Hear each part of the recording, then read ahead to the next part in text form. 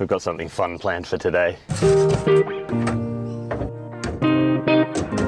Well, I've wanted one of these chainsaw mill accessories ever since we first started dreaming about starting our own homestead. So we've ordered one, it's turned up, and today I'm going to head out and answer the question, is this tool any good and does it belong in the Homesteader's Toolkit?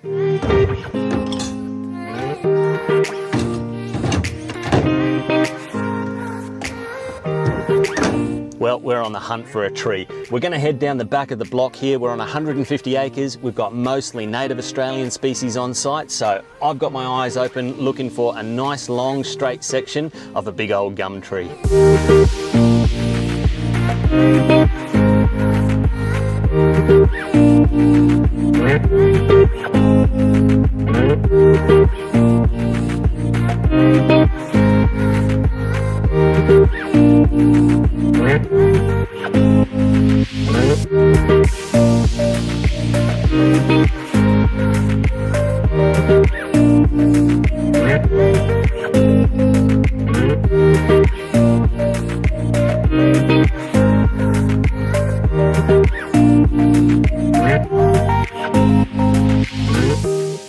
Alright, so if you've never seen one of these before or haven't even heard of a chainsaw mill, I'll give you the basic rundown. Essentially, it's a tool that clamps onto your chainsaw. You need to have a decent, powerful chainsaw for this to be able to run, and that's something we've just recently invested in.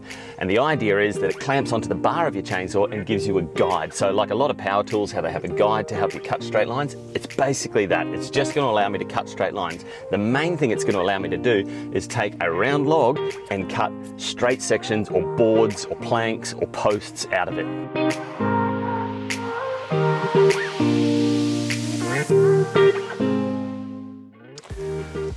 Well, this could be it.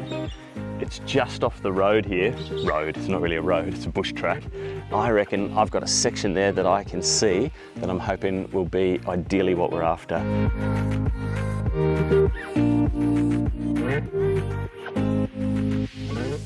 It's a little bit challenging because this tree is kind of based on this little hump right here. I don't know if you can see that behind me. And one of the interesting things about our property is that many years ago, before we bought it, it was sand mined. So topsoil was all taken away and then layers upon layers of sand was scraped off and, you know, sold to concrete companies and councils. And, you know, sand's a pretty precious commodity. So because we're on a really sandy block, about maybe up to 50% of this block had been sand mined. Now by the time we bought it, it had already started to regenerate, and one of the cool things is if you look at a map of our property on Google Maps and you kind of slide that time scale, you can kind of see it getting greener and greener over the years, which is awesome because eventually we want to graze a lot of this, you know, kind of landscape out here.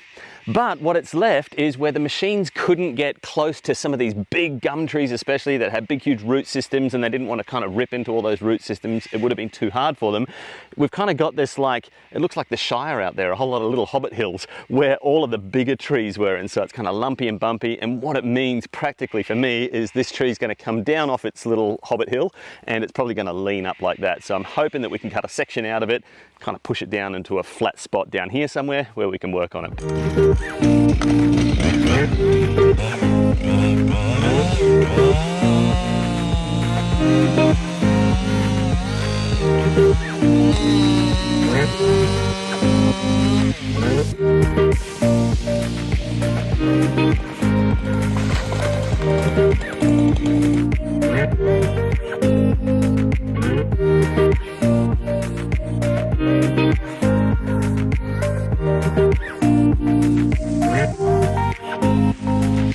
Alright, so the basic idea with this, it's pretty simple. This whole device here clamps onto the bar. So underneath, these are our clamps, one at each end of the bar, and then these are our rails that run along our guide. Either our first guide, which I'm using an aluminium ladder for, or the guide then being the flat cut that you're kind of resting on every other subsequent cut. So I'm going to get this all clamped onto the bar and we'll make our first cut. The goal is really, does it perform kind of a useful function where I can throw it in the back of the ute, drive out to the back of the block, down a tree, dock a log, cut some boards, or even just coming out and rough cutting posts. You know, say I'm doing a fence line over here, maybe I can bring the chainsaw mill out here and just make posts out of the trees that are right near the fence line. That could be really useful. But the key to figuring out whether or not this tool is useful is just how much mucking around is involved. One very important factor I forgot to explain is you can do this with a typical crosscut chain. So this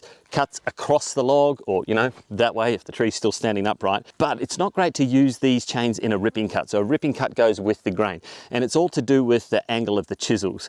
So a ripping cut, because the grains run that way and you're going to be coming with the grain, you're going to be kind of ripping out like these big long, they call it noodling, you're going to be ripping out these big long noodles of material. Your cross-cut chain will do it, but the angle that the teeth are at is not ideal. I've got these on a 30-degree angle, and you know, that's ideal for cross-cutting.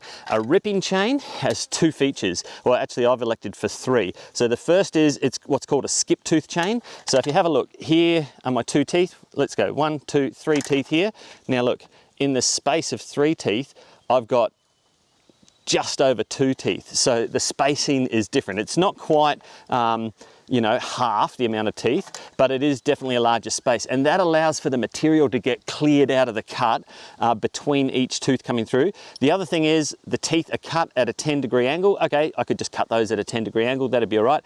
But I've also elected for a semi-chisel. So semi-chisel has the rounded shape chisel. If you were to look at it kind of down the length of the chisel, you'd see it's rounded, whereas on my crosscut chain I've got full chisel, so it's got a nice square edge. Now full chisel definitely kind of works like a boss, it just plows through the material, but a full chisel on a rip cut is going to be working really, really hard. So semi-chisel is going to go a little bit slower, but it's also just not going to put as much pressure on my saw. Now I've got the Husky 585. It's well and truly powerful enough. We've got the 24-inch bar on it. It's definitely up to the task, but the ripping chain is just going to make things so much easier.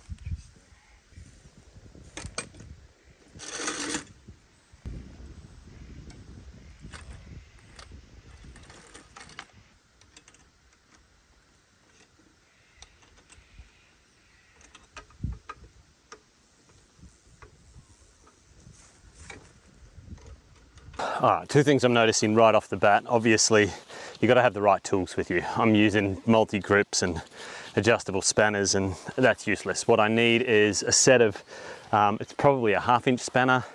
Having to take this on and off the saw is problematic. I think the ideal would be you're out here with 2 saws. You've got one saw set up for crosscut, you're dropping your tree, you're docking it, you know, you're kind of cleaning it up. Even you saw there, like I got to the end of the ladder and then I had to stop. So I've got to back out of the cut. I can't come all the way through. And then I couldn't get into it with the chainsaw mill attached. So I had to pull that off, dock it. Now I've got kind of a usable piece here, but then realized I had to kind of clean it up some more. So swapping like that, also having to swap the chains. I mean, I've ordered myself 2 ripping chains so that I can, because I'd wondered how often I'd have to sharpen them between cuts, but I mean, that was about 3 minutes through that.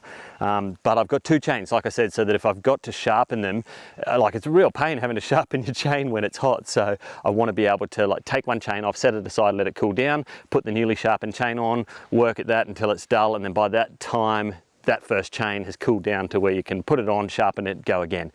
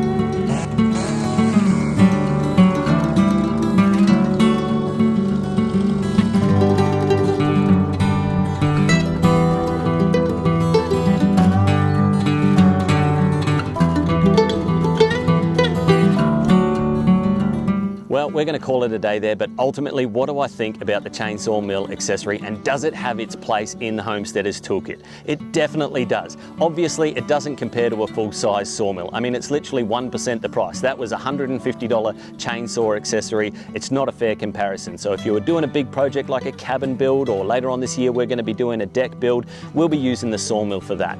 But for those one-off jobs or hard to get to places, to be able to throw this on the back of the ute, attach it to the chainsaw and quickly make up some timber, I can see that it has its place. I'll definitely be using this for making like sleeper edges for garden beds or rough cut posts for animal infrastructure, that type of thing. I can see this is going to be a really useful tool on our homestead. Anyway, I'm going to go back to playing with my new toy. We're going to see you on the next video.